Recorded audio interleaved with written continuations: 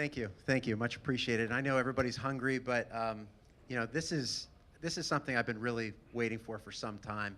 Super excited about this, and really honored to introduce someone so special.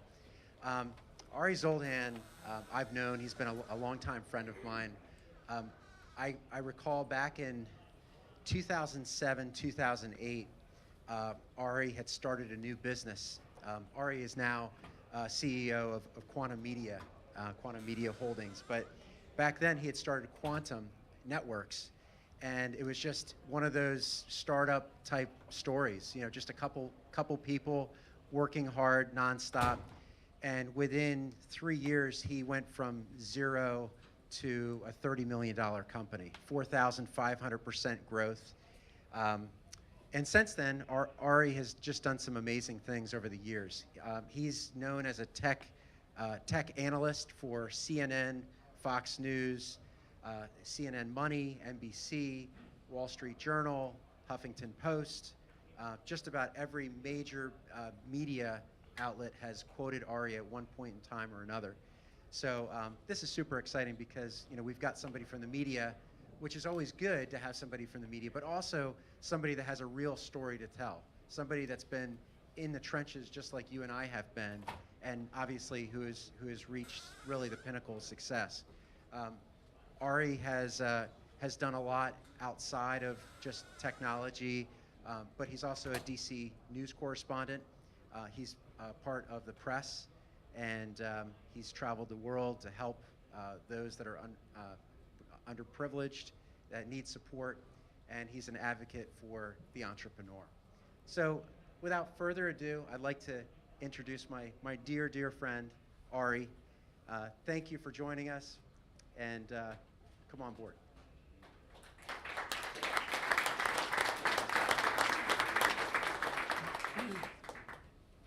Oh, do we have a little intro? How are we looking? Okay. All right, so we're going to get started. So thank you very much.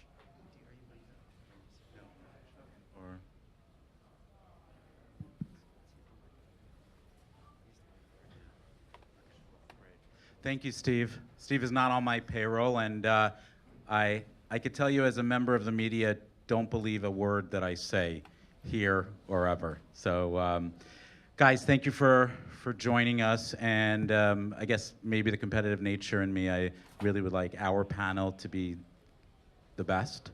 High energy, impactful, put on your boxing gloves, and we'll go to work. And I don't want to hold anyone up here between this panel and lunch, so it will then become a very dangerous scenario. So why don't we go ahead, let's start with your name, 30-second background, and how about something personal about yourself that we don't know? Yeah, Jim Lockwood, started Comtech Technologies here in New York City in about, well, it was 1998 as our first company, and that evolved into the Aero Wireless Group. Today we're working nationally in what started out as macrocell mods, about 4,000 around the United States. But here in the last few years, we've really moved into small cell infrastructure technology. Created the city pole, which is now nationally being deployed. A lot of the major carriers. Come on, give us something personal that we don't know. Try to mix it up a little. I'm a ski bum, I guess, at heart. That would be one thing. Okay. I have two young daughters, went in engineering school. And thank you. Jerry, go ahead. I'm Jerry Kirshman. I'm not a ski bum. That's cold.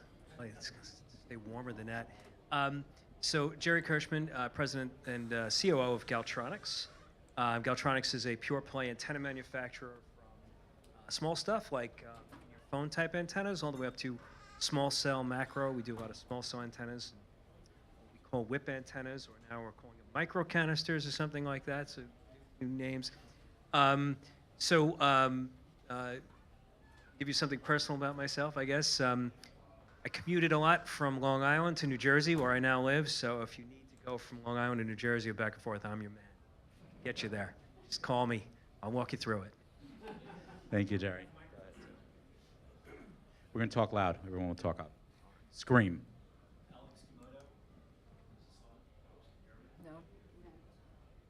not on. User error. Is that better? Great. Alex Gamota. I've spent about 20 plus years in the wireless infrastructure world. Started with SpectraSite, if folks remember SpectraSite. More recently was with American Tower, and I joined trash business back in October. Get into sort of why that happened, and real excited to be here. See a lot of familiar faces. In fact, saw some folks that back in 2003, 2004. Is Tom Chamberlain still in the room? Tom and Chris Newton are some folks that way back when we deployed some of the first outdoor DAS networks. And I think certainly kind of what we see with happened then, we're beginning to see now as you look at the next wave of densification for 4G and beyond. As far as some fast facts about me, I live up in the Boston area, so this looks like a friendly crowd, a lot of Patriots fans, I'm sure. All right, great. So Brady looked really good in preseason, so we'll see. At 41, I'm 50. I'm kind of rooting for him from that perspective, but he says he's going to play till 45, and this whole thing with eating lots of blueberries and no tomatoes and no mushrooms, just pliability seems to be working for him. And your prediction, is it 45? Is it north of 45? You know, his wife Giselle, I guess, is on him all the time. So happy wife, happy life. That's right. We'll see. But he most recently said 45. So. Thank you. There we go. Hi, I'm Victoria Lamberth. I'm the co-founder and COO of ZenFi Networks. We're a communications infrastructure provider here in New York City. We build fiber optic networks and deliver space power and connectivity to the carriers. We were founded in 2013, and our most recent exciting news is a merger that's set to close pretty shortly here with a company called Cross River Fiber. And collectively, with that merger, we'll have 700 miles of fiber optic network in the ground in the New York Metro, 119 enterprise sites, 47 colo sites, 6,000 outdoor wireless nodes under contract, 2 high-frequency trading towers, and a partridge in a pear tree as well. A personal fact about myself, my maiden name is O'Kane. There's a company in the city called Hugh O'Kane Electric, which I am a co-owner in. It was a company started by my grandfather in 1946. We still operate in the space today as a third generation owned and operated contracting company here in the city. And we do work in the telecom space as well as the electrical contracting space. And you have an 18-month-old as well. I do. He keeps me young and running. And you told me his name is Haynes? Haynes. Haynes. Yes. Not for the underwear, Haynes. Not for the underwear. Got it. So he wasn't named after under. So, okay, fair enough. So in high school, we've got to figure out how to strategize Yeah, where he doesn't he's get the gonna have a underwear joke. challenge. He will have a Yeah. challenge. Yeah, we could work through that. So Victoria, let's actually start with you. Sure. Some of the challenges that you're hearing across the board from your customers, not the one-offs, but the ones that are sort of sharing their concerns over and over and over. With you. Let's address that specifically, and then what is your response as an owner? Sure. You know, I'll first off, I'll start by saying we work very closely with the carriers here in the New York market. So most of my answers are going to be, you know, aimed at the outdoor wireless space. And the overarching theme, I think I'll say, is something that everyone in this room knows, is that we're dealing with a capacity issue on the networks, right? The carriers need spectral efficiency, and they need to add capacity onto their networks, and that requires deploying additional nodes throughout a city like New York and getting fiber to them. In terms of the practical issues that we're seeing in the city, there are a couple that really come to mind. The first being siting, which I know a couple of our panelists can really speak to here today. You take a city like New York that has a very well-defined process for how to roll out networks and take reservations for poles. And even in a city like that, you're really limited with where you can install. So as an example, as a franchise holder in the city of New York, you're able to install wireless equipment on 2 poles at any given intersection, which means if those 2 poles at the intersection are already taken up by another carrier or another neutral host provider, you can't deploy there. So that's a real challenge of just trying to figure out where to get your stuff out. In fact, the city released an RFP recently that's going to open up city street furniture as additional siting requirements to alleviate this issue. So you have an issue of trying to figure out where to physically put this stuff. And then once you figure out where to put this stuff, you have an issue with actually getting it out and deployed. So we're seeing here in the New York market from start to finish anywhere from 6 months to a year of deployment, 6 months more for DOT poles and about a year for utility poles. And the last major issue is cost, obviously. The cost to deliver power, the cost to deliver fiber, particularly in a city like New York, are astronomical. I'll give a little tidbit. I've been actively working in this industry for a little over 10 years, which I realize makes me a novice here. But in those 10 years, our costs to deploy have doubled. And they've doubled because not just of labor rates going up, which, yes, we're in a union environment and all of that, but they really doubled because of the congestion in the streets. It is just physically harder to install. So, the long-winded answer is the main issues we're seeing are siting solutions, time to market, and cost. Great. Thank you, Victoria. Who wants to fight with Victoria or push back? Come on. I think there's going to be agreement. No, absolutely, violent agreement. Because I think and It's not because you're scared of her per se. no, I Because think 46 years, she's a third-generation telecomer. she's just right. No, absolutely. Because Thank you. Because I think without the role that ZenFi plays, a lot of what we're talking about isn't possible. Because you need the fiber, obviously you need power, but putting in that fiber network in a lot of cases can be the most expensive part of a network deployment, and coming up with solutions that better make it more cost effective, either deployment or sharing the fiber across multiple revenue streams is really one of the ways of making the 5G reality happen. Yeah, I just wanted to comment. Our main product line is called CityPole. It's a smart pole solution that's out in the market in a number of cities today. We have 3 pending solutions here in New York City, 1 in Boston. But what we found to really speed the process, which effectively gets the cost down at the end of the day, is we work way upstream through a division called Aero Smart Communities, working with the city, understanding really what their issues are, helping educate them on what the wireless carriers are trying to accomplish. Not being a wireless carrier, we're a bit of a neutral party in that regard, and we're also talking about the infrastructure that the wireless carriers are kind of bringing us into City Council to talk about, and that is things that blend with the city. It's not always a new pole. In New York, it happens to be a traffic signal. So we have a solution going in. We hope we'll have a solution eventually going in with the traffic signal. But that upstream work, that homework that we do up front with the municipality, with City of New York, which has many agencies, so it seems to shift from one year to the next, makes a huge difference on just that speed to market. I got the microphone, so maybe I'll just add to that. Thank you. It's a very, very good point. And I think something you were talking on about, we called multi-use, right? So going forward, now as an antenna manufacturer, I know from that perspective what I know about how to make antennas and things. And, I can make an antenna look like a strawberry ice cream cone if you want it. I mean, it really doesn't matter. Might be a little more glossy, but it would look nice.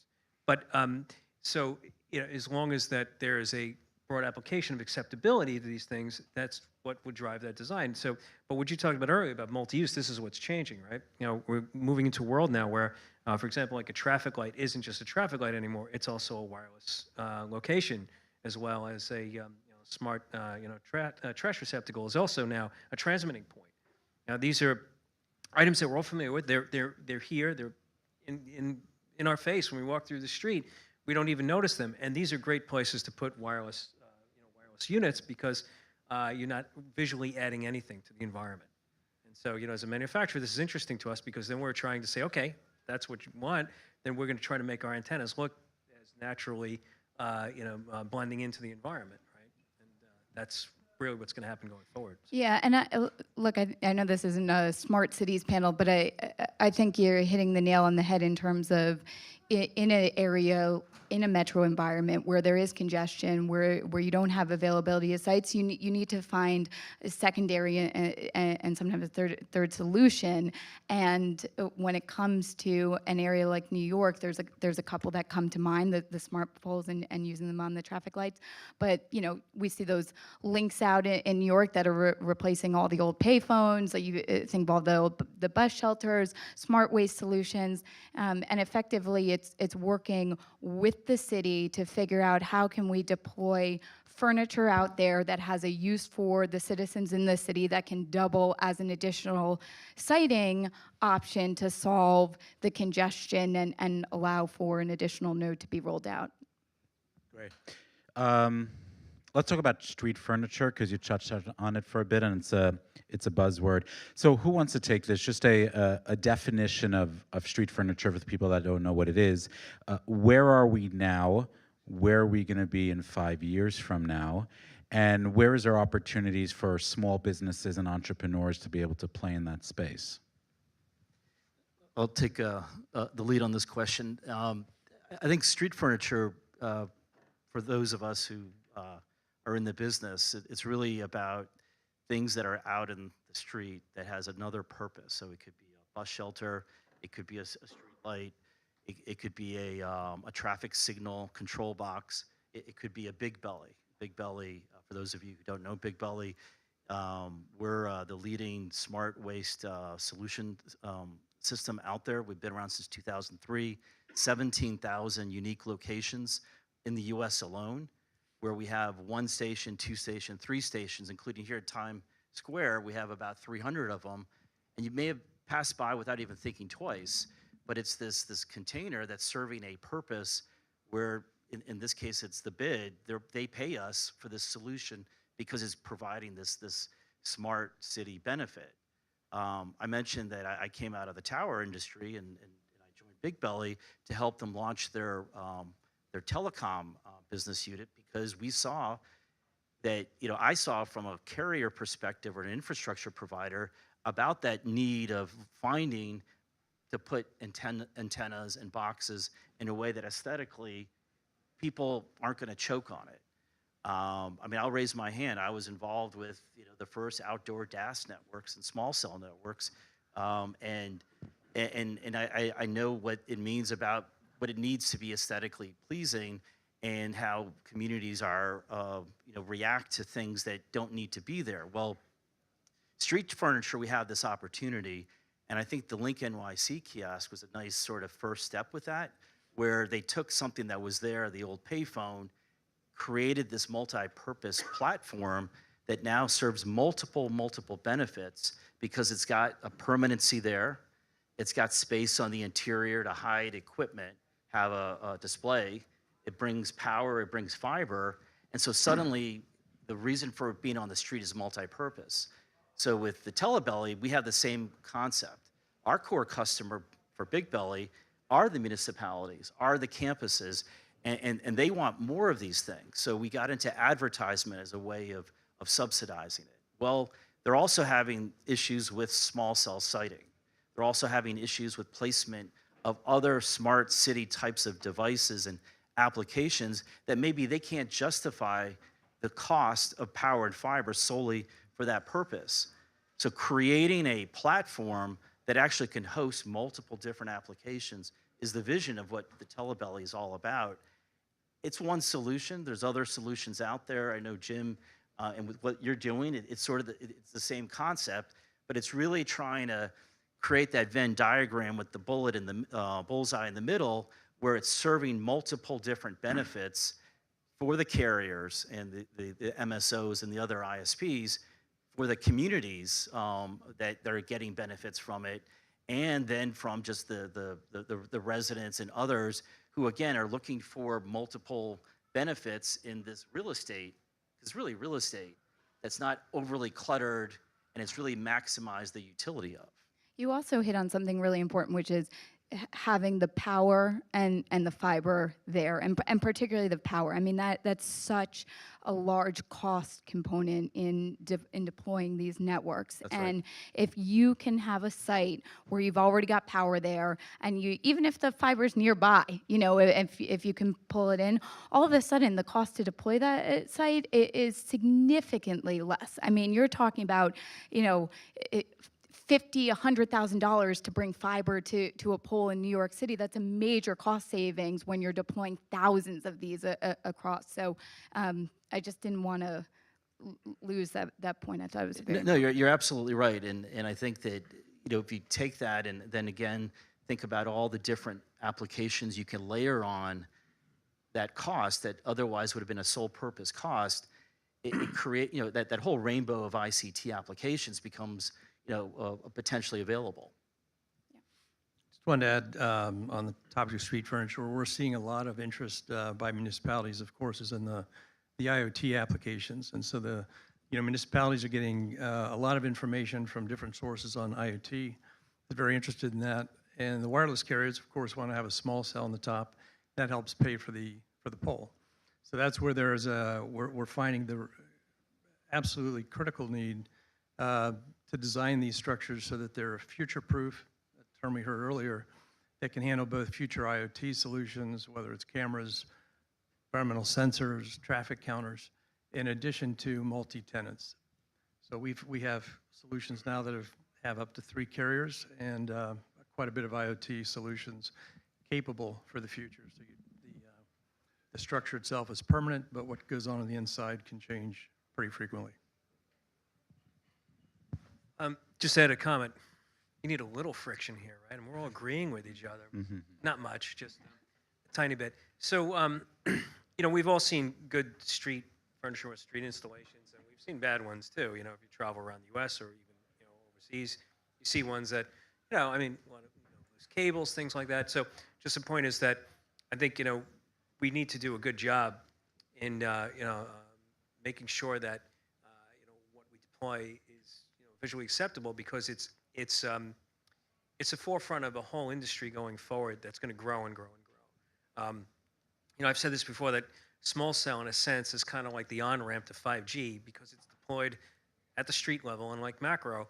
So the practices involved in everything that you talked about to get that there, get acceptable, get power, get everything, data, which is critical, are going to be just exacerbated in 5G. You know, magnitudes higher.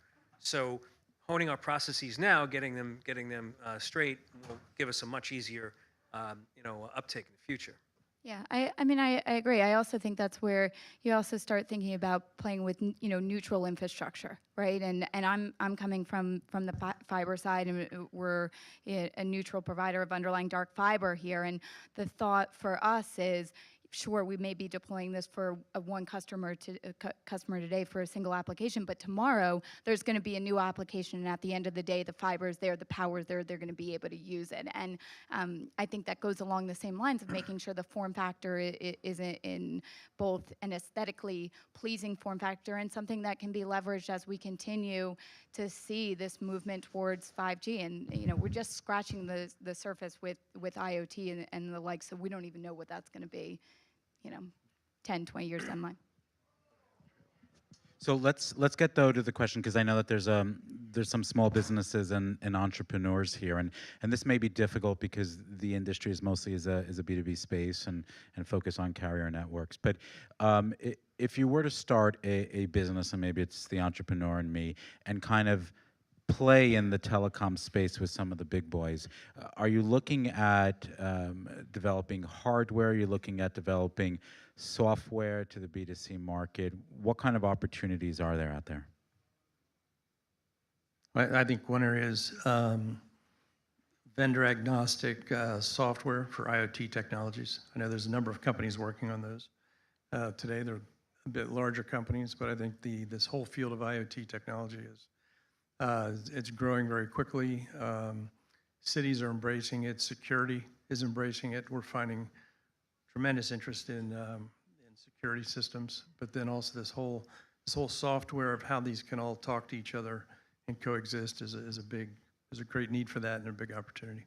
So you see the opportunity right now, I guess, in the IoT space. It's a wild west right now, I think, right? Because as Right. standards are continuing to be created, I agree on the software side. I think obviously it's a lot easier and the barrier of entry is much lower for smaller businesses to come up with something versus more of a hardware play for them.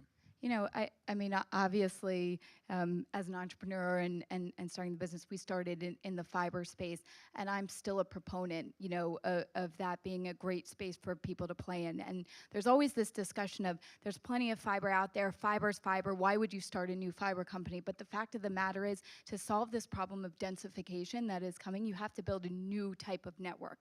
We've been building that network here in New York, but there are other areas around the country specifically that need this type of connectivity.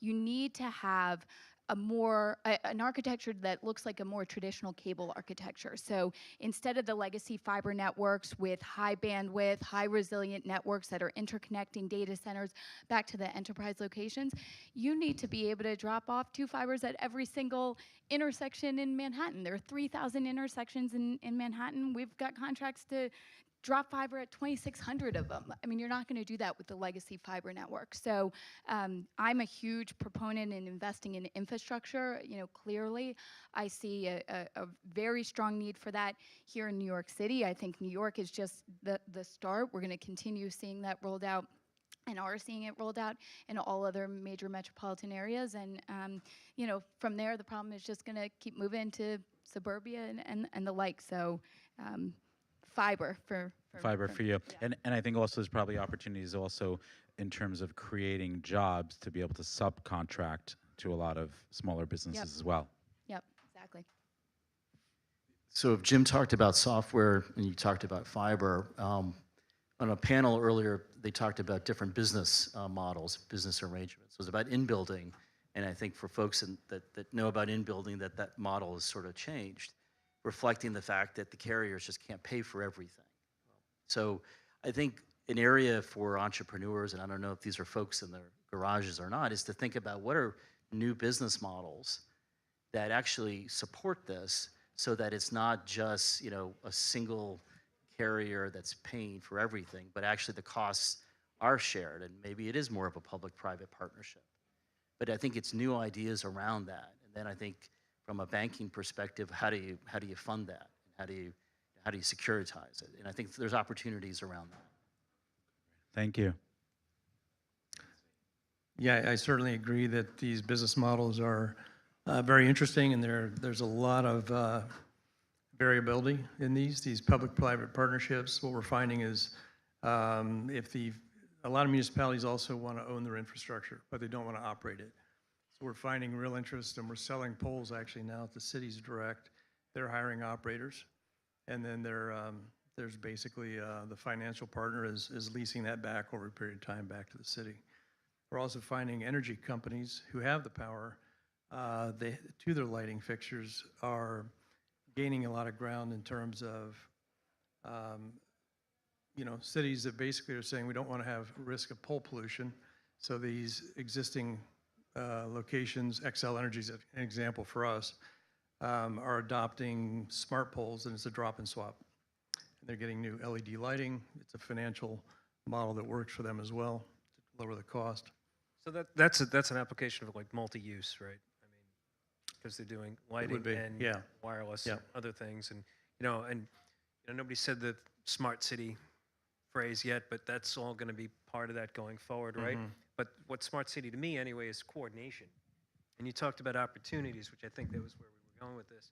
You know, in smart cities, you know, there's just coordinating and integration of a citywide smart network is just going to be a monstrous task. That there's skills that no one has yet that are going to be needed for that kind of work. That's a good point. So it's the skills, it's the talent pool, it's the human capital, right? Is what we're talking about, from design planning to urban infrastructure to transportation to laying the fiber. So I agree. There's a lot of whether it's companies or individuals to be able to come up to speed, if you will, within the 5G network and wrapping themselves around that. I definitely think that there's a need for the expertise, and I think there's far and few between of people out there that really know how to do it and do it well. At what point, and these are getting back to predictions like the Tom Brady comment, talk about mass adaptation as it relates to 5G, and then what's after 5G? Anyone want to take that? What was it? Yeah. What did you say right before? I'm sorry. Yeah. In terms of a timeline for mass Oh, adaptation for... Mass adaptation. Right. I know, we work with each of the carriers. One in particular is only focused on 5G. That's 100% of the applications have to include that. I think a hurdle that we see is the form factors of the 5G antennas right now are going to continue to be a bit of a challenge for municipalities to accept. They turn into pretty large tops of poles, and that sounds like there's a lot of work being done in that area. I think it's going to have a big impact on the integration of 5G and its acceptance.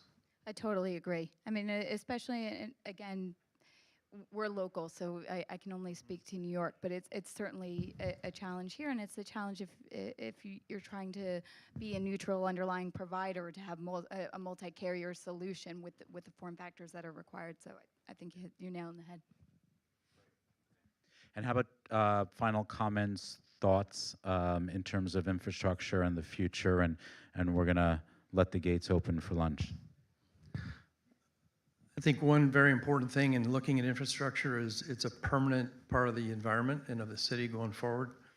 The things that are inside of it, IoT, the radios are changing out constantly, but so much consideration has to be put in up front with city council, engage the city, make sure they embrace the street furniture that's going in, if it's going to be new street furniture, or modifications to existing, basically, traffic signals.